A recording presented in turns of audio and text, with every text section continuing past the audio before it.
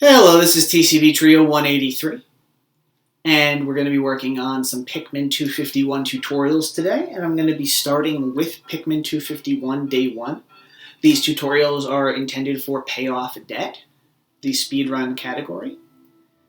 I'm just going to jump right into it here. So what I'm going to do is try to explain what I'm doing, because this split is fairly long, a little complicated, and can sort of get slow very quickly. So there's an opening cutscene you just sort of have to mash start through, just like the vanilla game. A lot of this opening movement is pretty similar in terms of how the cutscenes are done to the vanilla game. So just like the original, you're going to fall out of this rocket and have to mash through a couple of text boxes here.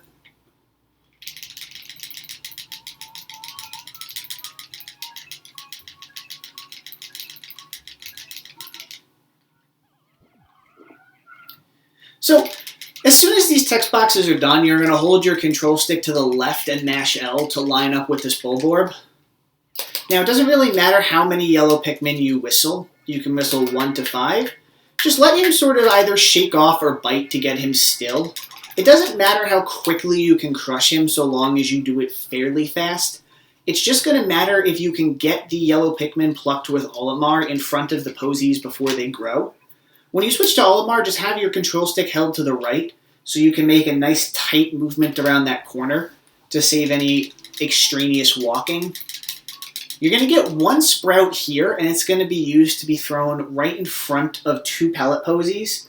Ideally, you want it in front of the closer pellet posy to the onion, so the one pellet has less time to go before it grows your first Pikmin. So we take a little time to get through these cutscenes and immediately pluck this Pikmin. We can kind of scope out that this is going to be a little closer, we throw it in front, and when it grows, the Pikmin will attack. In the meantime, we have to just sort of attack this Dweevil with Olimar. Give the smoke that it's going to produce a second or two to clear, because if you run back in too early, you're going to get hurt, and when you get stunned, this thing tends to get away from you a little bit easier.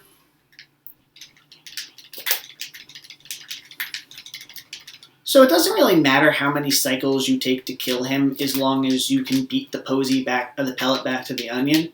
When you have him at this last sliver, you want to deliver the final punch to him somewhat close to the middle of that ramp.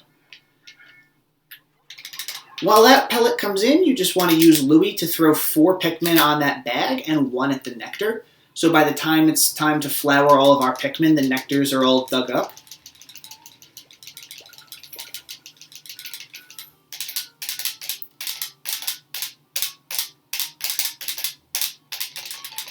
So, as soon as this cutscene ends, we long throw this yellow Pikmin at the other pellet and begin plucking immediately. The idea is to use these 2 Pikmin to collect these 2 1 pellets here. If you aim your cursor just a little bit past the pellets, you can knock them over pretty consistently. And then use that 1 Pikmin to just knock over and collect this pellet. Now you'll observe that the back pellet is trailing quite a bit, so you want to get that one sped up ASAP. By the time that you get back and gain an extra Pikmin to get this thing going, it still won't have caught up. Resist the urge to throw Pikmin here, and just use the C-stick to bring them right into the Dweevil. They take a long time to grip the Dweevil otherwise. You just want to pluck 3 Pikmin at this point,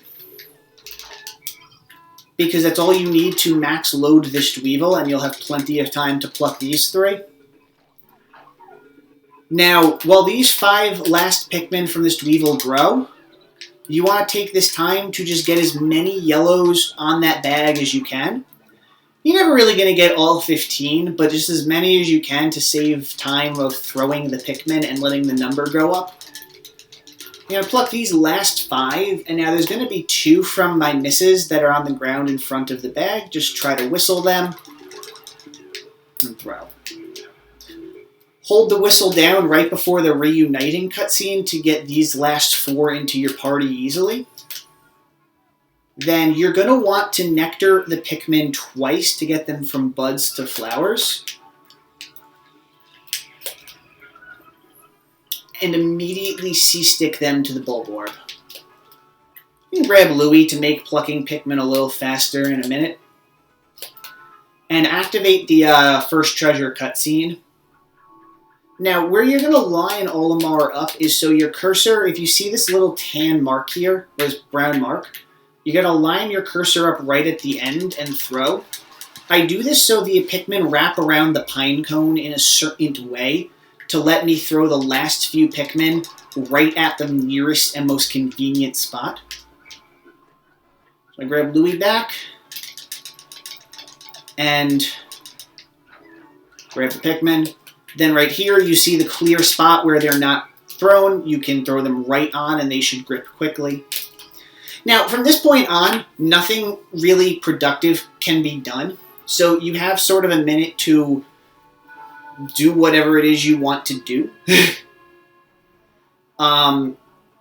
Unfortunately, there really doesn't seem to be a faster way to do day one. So some of the limiting factors you want to pay attention to is, first of all, making sure this first Pikmin here gets in front of the first pellet posy immediately. The Dweevil really needs to be killed over at this part of the ramp. It saves significant time. You want to make sure you throw as many Pikmin as you can at the bag itself. And when it comes to the nectars, if you get anywhere more than 2, really don't be shy about just running into the nectar. It's going to be okay. Now, what I'm going to do is now go through the day a little bit faster and see how some of this stuff actually can come together and go quickly.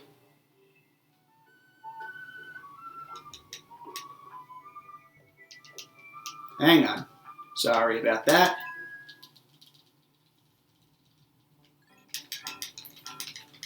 I meant to hit continue from last save, but I didn't. Alright, here we go. So again, I'm mashing right through that opening cutscene. Wistful Wild generates, and I'm just thinking about having to mash through the text boxes and hold that control stick to the left. The faster you can get a handle on the yellow Pikmin, the faster you can get this whole split going. As long as that Pikmin lands in front of the posies before they develop, everything is really going to be okay. You're just focused on getting to the limiting factors as quickly as you can.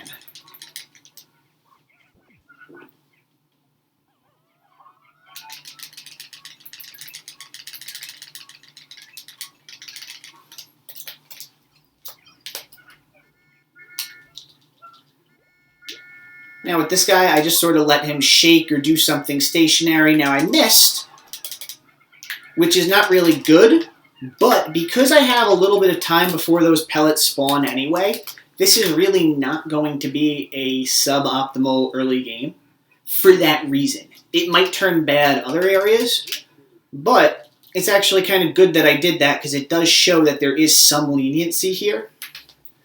Now, if you start missing 5, 6, 7 times, you might start having an issue, but missing once or twice isn't going to sink you.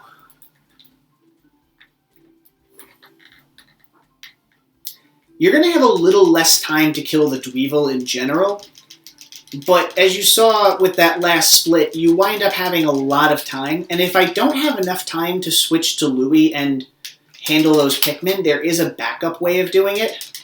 So we'll just see what happens. As long as it landed in front, it attacks the front one in time, and everything is good. Now this Dweevil has to get it killed here. Again, you just want to get it to that very low red health and chase it over to the ramp. Because again, you kill it right in the center foot of the ramp, and you're going to save a lot of time over not. Especially if it slides too far either direction, right or left of it, it's going to take way more time to carry than necessary. So that should be okay, not great. Obviously, there was no time to go to Louie here, which is not a huge deal. Because there's another spot where you can do it and all the nectars should be exposed. And you don't lose time on the Olimar end. Now I'm long throwing that Pikmin, grabbing these two. And I'm going for these 2 1 pellets here.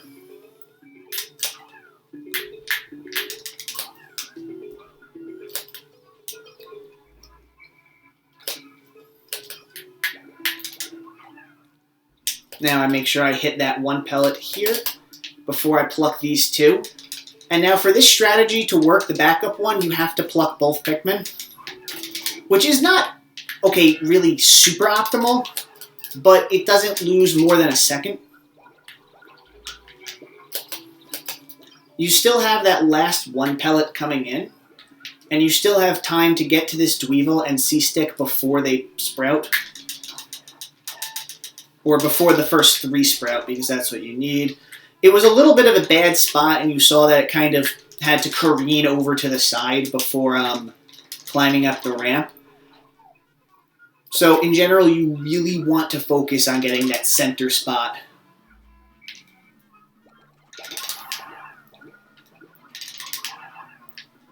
In the meantime, before these Pikmin sprout, you can C-Stick throw those Pikmin over that ledge to go on the bag. This cuts down on the amount of Pikmin you have to throw on this part here. And that number only goes up so quickly. So it saves a really good deal of time while those Pikmin are sprouting. I got a lot of nectar right now, so there's going to be very little hesitation on my part. And I'm just attacking, because the faster I can get those flowers going, the faster I can finish this split. I just focus right on that Bulborb, because he's all that matters right now.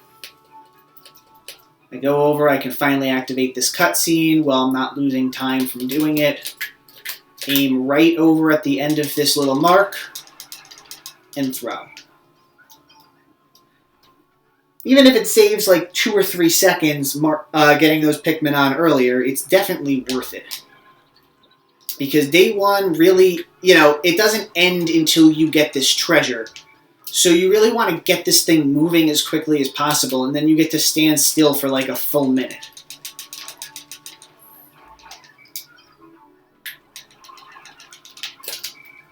So as soon as that number turns white and it starts moving, your job is done, and you can sort of reflect on how it went. So from now on, with these tutorials, I'm going to try to go through the split a little slower. It's going to take a couple of times watching through it and some practice. The one thing about this game is it's not easy. You don't have purples, the caves are a little less lit up, and the above ground is different. But just like any other Pikmin 2 game, it's very possible to get used to, because it's consistent nevertheless. So I would encourage people to really spend their time practicing above ground, because it's not the same as regular Pikmin, and it's going to take a little time to get used to. However, it is possible, and if you watch these tutorials on top of practicing, I promise you will be able to get it.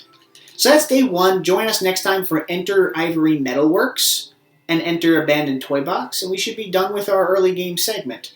We'll see everyone next time.